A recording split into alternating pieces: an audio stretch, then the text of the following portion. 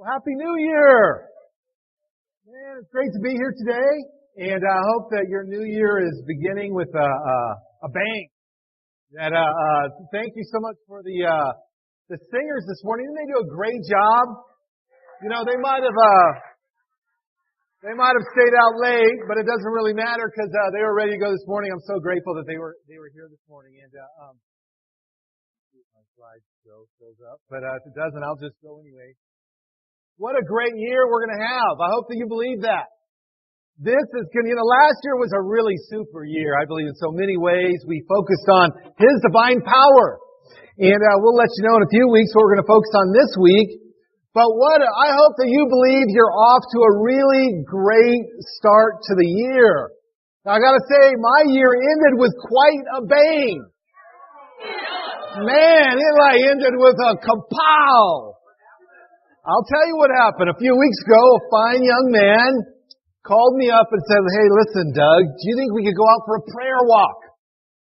I said, "Well, okay, that's an unusual thing. You've never asked me that before, but I would be happy to. I'm a minister. I'll be happy to go out for a prayer walk." So we were walking around the park, and I could tell he sort of had something on his mind.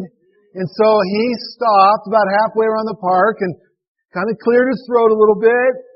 And then he asked me if I would bless him and asking my oldest daughter to be engaged to him, to marry him. And, woo! What an amazing moment! So, this past Friday night, Phil Salvatore proposed to my daughter, and, they're going to be married later this spring. So, what a way to start. What an amazing thing. And, it is such a blessing feeling and knowing that God is in control and God is leading our lives, and what an incredible blessed thing. You know, I don't know how your year ended. Maybe you felt like my year didn't end on such a great note. I had more of a struggle at the close of this year. In fact, I'm kind of glad that we're turning the page on 2011. In fact, I'm going to rip that up into about 1 million pieces. I'm done with 2011, and God, He does want us to turn the page. He wants us to start over. He wants this new year to be entirely different. And I don't know how you go about starting something new. What do you do to prepare yourself to start a new year? But as I was thinking about that, it reminded me of a story when I was growing up. And I've told some of you before, and you've probably heard me from the pulpit, that I grew up in a little farm down in Pueblo. My grandfather immigrated to Pueblo in 1895. I look a lot younger than I really am. He immigrated to Pueblo in 1895. This 15-year-old boy came by himself, came to Pueblo, and in 1905, he bought this little farm right outside of the town of Pueblo. And my mother was born there, and then I grew up there. My father bought the place in 1965, and I grew up there. And so, my dad wanted to instill all these, values of growing up on a farm, and so he had all kinds of work for us to do. And so most days would start off with him shouting up the stairs, "Doug, come on, let's go!" And I would drag myself down. And one of the things that he would want me to do is he would want me to take control of irrigating the farm. And I would have to go down, and I would have to start up this pump that my grandfather actually dug in 1905 when he bought the farm. Now, this wasn't the kind of pump that you and I are used to. Maybe you've got a pump or something in your yard. It wasn't really like that, where you just went and pushed the button and out comes the water. That's the kind of pump we like. This was a little different pump. It was about 50 or 60 feet down in the ground. It had a big, about 5-inch pipe. It went down into the ground, so it came out, and the pipe came out of the ground, and we would take a tire that we'd cut in half and then in half again, so it's a quarter of a tire, and I'd hook it to the end of the pipe, and I had a 55-gallon drum of water that was sitting next to this pipe, and I had a 5-gallon bucket, and I would take that bucket, and I would start pouring it into this, little chute, and down the pipe would go to prime the pump. And I would be working away out there in the hot sun, and I'd be 5 gallon, and another 5 gallon, then another 5 gallon, and another 5 gallon. And as I'm doing this, I'm starting to get a little bit tired. And I'm thinking to myself, I'm just a kid, and all my friends are off having fun. And it's hot, and by this point I'd probably been working for a while, and I'm not sure I should be out here, but man, I'm dipping that bucket and pouring it in, trying to prime the pump. And then when I thought that I'd poured enough water in, I would have about a 10-foot sprint to the on button. And I would have to move as fast as I could because that water is leaking out the bottom, where the pipe comes into the well down here. And if I don't hustle, the water will sort of, gravity take it and spread it out. So I would sprint, push the button, and sometimes the water, boom, would come pouring out of that 5-inch pipe about this wide, perfectly cold and pure, and that'd be a great moment. Now other times, I would push that button, and I'd hear the pump go on, and nothing. And then I'd say to myself, no! Oh! I didn't prime the pump enough. I didn't put enough water in. I didn't sprint fast enough to push the button. Now where am I going to get more water to prime this pump and get this pump started? That pump for the last 100 years or so has watered that 18 acres of ground. How many crops have been raised? I don't know. My grandfather raised 8 children on that farm, and I grew up there and fed all of us. That pump. Now there's lots of water in that pump. I could look down at 40 feet and I could see the water at the bottom.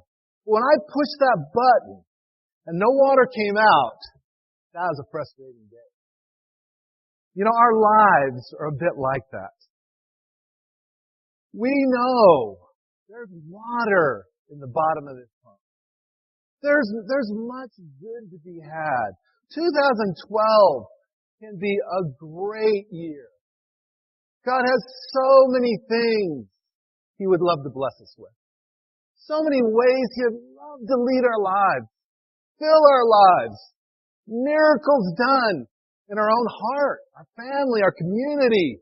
Him leading you in your chosen profession, in your relationships, in your life. There's water at the bottom of that well, but how frustrating when we push that button and nothing comes out. And I got to tell you, when that water would start coming out, a lot of times I was frustrated on those days with my friends, honestly. They were all out goofing around. And they'd come by, whoa, Doug, what's up, man? I'd be like, man. And I'd be dirty, and I'd be sweaty, and I'd be feeling sorry for myself. But when that water would come out of that pipe, and I would stick my face, every time I'd stick my face in that water and get a big drink, and I'd wash my face, and I'd feel so fired up when that water was coming out. This year, if you choose to prime the pump, if you choose to give towards God and to give your heart, we all have to prime the pump. And that water comes out, it will refresh you. And so what I wanted to review today, the title of the sermon is Prime the Pump. As you can probably tell by what's up on the screen there, you've gathered that at this point.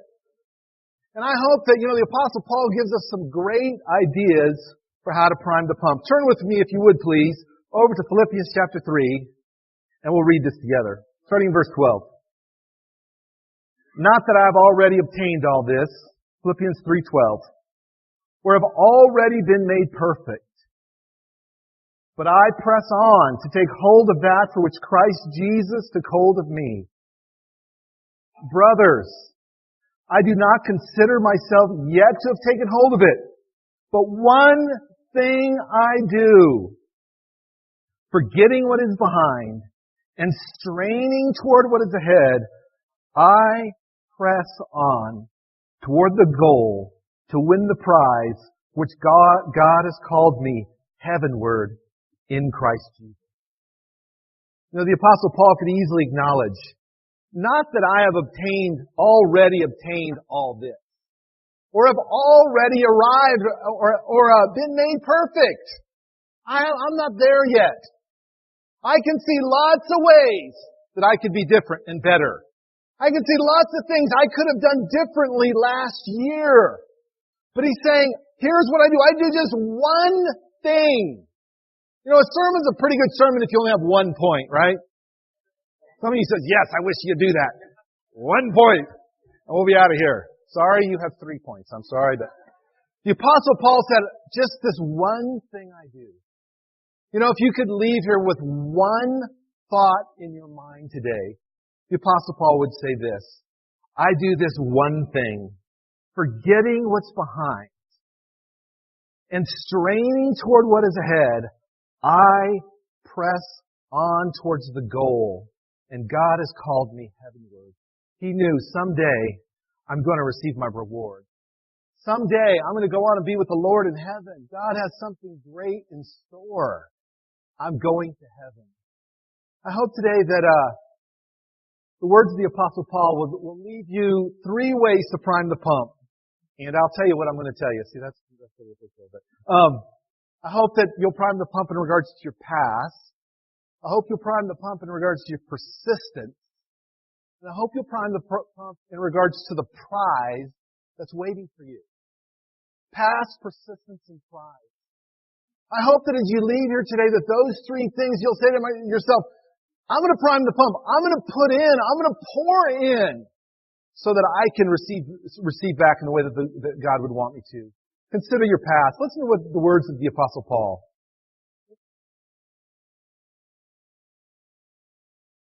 He says, but one thing I do, forgetting what is behind.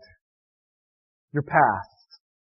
You know, all of us to get started with the new year have to deal effectively with our past. You know, for many of you, when we raise the idea, man, let's have some new dreams. Let's have some new goals.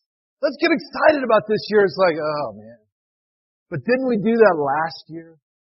Didn't I set that same old fitness goal last year? Didn't I say we're going to get out of debt last year? And didn't we say we're all going to get excited last year? And so often it's the past that really prevents us from getting excited about the present. You know, a person said regret for the past and anxiety for the future often prevents us from accomplishing very much in the present. Regret for the past, anxiety for the future prevents us from accomplishing very much in the present. It's true. The Apostle Paul said, forgetting what lies behind me. I have the ability to forget. And he said, there's a lot I should forget. You know, as he's saying that, he said, I'm sitting here in a jail cell. I need to forget the frustration and the challenge to my faith that this jail cell was for me. I need to forget all the people that are out there criticizing me right now, who thinks I belong in this jail cell. I need to forget all the physical challenges that I'm having as I'm sitting in this jail cell. I need to forget how much older I'm getting. I need to forget that maybe my best days are behind me. There's a lot I need to forget. Sometimes we think, oh man, he had it so easy. Of course he forgot what was behind. He wasn't like me, a sinner. He wasn't like me, an epic fail. Look, he gave you great advice. Forget what lies behind. Turn the page. Forget it. You know, what the Apostle Paul is trying to say, he's trying to say, you know what? It's too quick to give up. And the Bible's filled with stories like that. It's just too soon. The Apostle Paul felt it's too soon for me to give up on God using my life this year. Even though, I killed Christians, even though I have had many struggles. It's too soon for me to forget about that. The Bible's full of stories like that. Abraham said, it's too soon for me to give up on God's promise that He'll give me an heir, even though I'm 99 years old. It's too soon to quit. Jacob said, it's too soon for me to quit on the dream that I could be the father of many nations, even though my character is weak and I'm kind of a deceitful person. David said, it's too soon for me to forget that I could be a man after God's own heart, even though I committed adultery and caused the murder of one of my friends. It's too soon to quit. And on the story goes. That's why the Apostle Paul would say, look, forget what lies behind. Deal with your past effectively. Learn to accept it. Learn to trust that God is working through it. There was a young man who was born in a German village. And his parents were concerned about him because as he grew, he didn't seem to be developing. In fact, he was 3 years old and he hadn't yet even said a single word. And his parents were concerned for him. And they sent him to school. And he struggled in school. He was a mediocre student. Couldn't seem to get it. And his dad, because of business-related reasons, had to move around a little bit. And each school, this boy would kind of struggle in, getting mediocre grades. And finally, through a business failure, his father had to leave him at a boarding house and tell him, finish school. I'm going to go over here and set up business. And this young man began to get so frustrated. He got so frustrated that he quit school. And then he ran away from the boarding house. His parents didn't know where he was. 1 month, 2 months, 3 months had passed. Where's our son? We don't know. Finally, after 6 months, this young man showed up on their door, knocked on the door. And they're like, where have you been? What are you doing? You quit school. What is your skill? You're not a tradesman. You don't know how to do any trade. You don't seem to be doing very well at school. You don't do what we tell you to. You ran away from the boarding house. You didn't tell us where you were. What's going on here? And so they took him in and they said, well, we'll try one more school. And we hope that our poor son Albert will get it. You might have guessed the story. Albert Einstein. That was Albert Einstein's life. At what point was it okay to quit? Was it okay to get stuck in the past? Well, never. See, he did have many things to offer. And he obviously pretty good at math too. And eventually he discovered that. I don't know where you're at this morning. I do know that faith is essential. The Apostle Paul could say in his heart, but one thing I do, I forget what lies behind, and I strain for what lies ahead. It's so important that we're able to do that. I hope today you'll leave here with a commitment. Even though maybe I set goals last year, even though maybe I've had dreams that sometimes haven't come true, even though I have character weaknesses, even though there are things that I've struggled with, nevertheless, I do know that God's command is forget the past.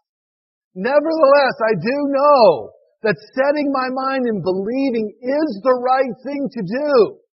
Therefore, I will do that. I will do just what the Apostle Paul did. I will forget what lies behind, and I will begin to do what comes next, straining towards what is ahead. You see, that's what he said. I'm pushing the button for you. Boom. Boom. Yes. One of these days I'm going to learn how to work this. The second thought I want to mention is, he said, I forget what lies behind and strain what lies ahead. The Apostle Paul had an amazing spirit. That word straining means to stretch oneself forward, to stretch out, to take hold of that. That's what he knew that he had to do. He had to strain and try his best. For me to get that pump on, I had to start, I got to pour that water in there. Pour that water in there. Pour that water in there. I feel like quitting, it's 55 gallons at a time. That's 10 or 11 buckets. I'm getting tired. It's hot. I'm pouring. But I better not quit too soon, or that pump won't come on. I've got to be persistent and really give myself to this. Who knows at what point your life really gets blessed. He said, I strain forward. I had my eyes on the prize. I really believed that God would work powerfully in my life. Listen to some of the verses that the Apostle Paul said in the book of Philippians. I eagerly expect and I hope that I will in no way be ashamed, but will have sufficient courage so that now, as always, Christ will be exalted in my body, whether by life or death. He said, I eagerly expect that I will have the courage to do this. My expectations are such that God will be working in my life. Listen to what he says here in Philippians chapter 1, verse 21. For to me to live is Christ, and to die is gain. If I am to go on living in the body, this will mean fruitful labor for me. You know, he's saying to himself, which direction could this go? I'm in prison. I could die. I'd go to heaven. That'd be great. I'd love that. I'd go into heaven. I could be with the Lord. That'd be awesome. Or, I won't die. He's a logical sort. You know, I'm going to die, or I'm not going to die. If I don't die, I'll stay here in the body. For me to live is Christ, to die is gain, and it will mean fruitful labor for me. See, the Apostle Paul really did see the goal and the prize. You see these two kids running here. One thing you know, there on the screen, is they see the finish line. And they see that if I run hard, perhaps I'll cross this finish line first. And so they're running hard because they see the finish line. The Apostle Paul saw the finish line. He saw my destiny to go to heaven. I want to go to heaven. You know, every year I grow older, and that's the truth, right? Every year I grow older, it's like, you know, I think I'm closer to heaven here. I've now stayed faithful for quite a few years. I'm going to stay faithful to the end. I'm going to keep going to the end. I'm going to keep having quiet times. I'm going to keep struggling. I'm going to keep dealing with my life. I'm going to keep working for God. And I am going to cross this finish line, and I'm going to go to heaven. As you get older and older, that begins to become more and more of a reality. I'm going to go to heaven. I want to go to heaven. I want to cross the finish line. And let's all say amen to that, right? But as I'm here, I also want to do fruitful labor here. I want God's goodness to be reflected in my life. I want to grow and become more like Jesus. I want to touch the people around me. I want to have a marriage, that honors God. I want to, in my parenting honor God. In my work life honor God. In my health honor God. In my finances honor God. I want God to work through every area of my life. And it's so important for us to have our eye on the prize. He said, I can do everything through Him who gives me strength. Persistent. You have to find the time. You have to pour yourself in. Why do we come up with this plan about, let's read a book together? Let's read a book, right? Back on track. Here's your book. Here's having these 40 days of quiet times. Now some of you will go, let's not read a book. You read a book. I'm not reading a book. I don't want to read a book. Go away. Read your own book. All right, that's fine. That's okay. And maybe you're reading a better book. Who knows? I guess, it's up to each one of us. It is an opportunity to pour yourself into your relationship with God. All last year, we talked about His divine power. The power of prayer. The power of the Spirit. The power of grace. The power of the Word. All those things are the same as me pouring that bucket, climbing that pump. That's what it is. Pouring myself into people around me. Pouring myself into the Word to try to understand it. Pouring myself into prayer. Pouring myself into the church. Trying to pour out. Because that's the way the blessing comes. If you choose, I'm going to give my heart. I'm going to love. I'm going to believe. I'm going to get all in there with my whole heart. I'm going to do this thing. I just pray that would be your case. Persistent. If you want to prime the pump, be persistent. And finally, see the prize. It's just so important that you really do believe that there is a prize there. That's so important. God is a good and honorable Father. The Apostle Paul said, I press on toward the goal to win the prize. He believed there was a prize there. He believed God has good things in store. God is a loving Father. He wants to give me good gifts. He wants to lead my life. He's excited for me to come to heaven. As I'd mentioned, this last week, there it is. Phil, that's Phil, right there. he orchestrated this kind of cool thing at a yoga studio where he actually invited all the participants of the class to come, and it was a fake class. My daughter didn't exactly know that. She sort of suspected it, but didn't really know it.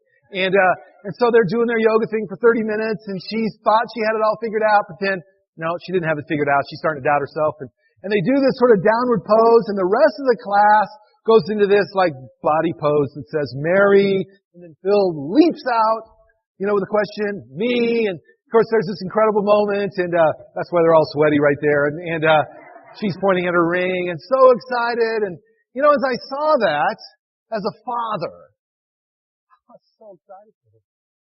I'm so thrilled that God had just blessed her life.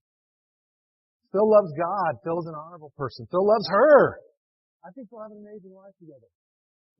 They love each other and love the Lord. And, as I saw that, and I got to thinking about last year, about a number of things that my children were blessed with. They both finished college last year. My daughter Lane graduated with honors from college, and so I got to see, they called her up on stage and put this little medal on her, and then she went off stage again. As a father, as I'm observing these things, I can tell you what's in my heart. It's like, I'm so excited. In fact, I'm way more excited for them than I think I would be for myself. You ever notice that as a parent? I'd rather them get the prize in college, because I know for sure I wouldn't have got one. And they're much more like their mother than me. But as a father, you're looking at that going, this is so awesome. I love it. I love to see them happy. I love to see them led forward in their lives. I love to see them blessed. What does God think about you? You don't think He looks at you and goes, I want to give them the prize. I just want them to be blessed. I want them to forget what lies behind. Change what lies ahead. I want them to take hold of this prize. The prize of going to heaven. The prize of walking near to me. The prize of all the ways I could work in their life while they're here in this world. All the ways I could use them. All the ways I could make them happy. All the ways that I could touch their life and touch other people's lives. I want them to have a big smile on their face. I want to lead them forward. Doesn't mean they don't have to go through hard times, because they do. Doesn't mean that there's no character stretching times and suffering and struggle. But that's the minority. That's not supposed to be the majority. We kind of self-inflict the wounds on ourselves.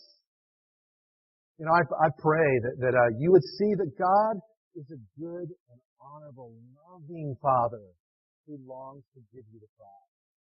You have to believe the prize is there. Many of us live in kind of a subdued, somewhat discouraged state because we're really not priming the pump. We're pushing the button. And the pump's coming on. There's no water coming on. And that water doesn't come out. You're frustrated in it. You're frustrated in your family, your marriage, your spirituality, your usefulness to God, your service to the church. Because you're not really priming the pump. You're not really truly giving your whole heart. I pray that this would be a year that we would really dream. And so I thought I would just challenge you to set goals. Now, this is sort of, I'm just going to punch all these and you can read this. You can read this at your own pace, okay?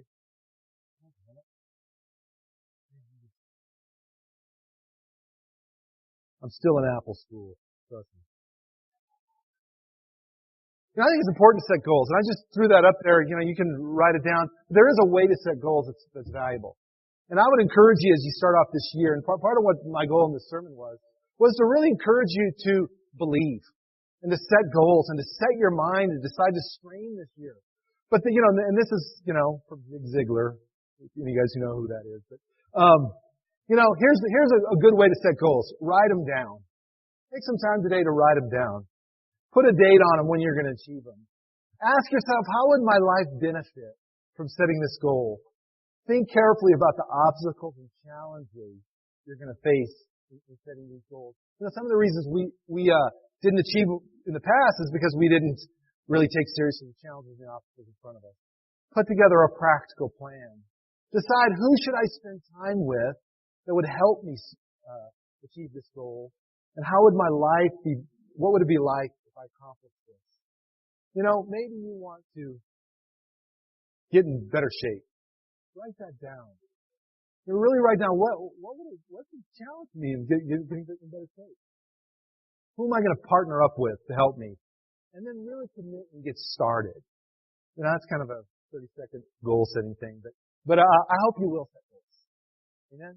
I hope you really will dream this year and really believe that God is for you. Prime the pump. As you leave today, I hope that you'll consider that you have to prime the pump for water to come out. I pray that you would prime the pump in regards to your past, that you would be persistent, and that you really would go for the prize, because I know that our Heavenly Father does long to bless you through that.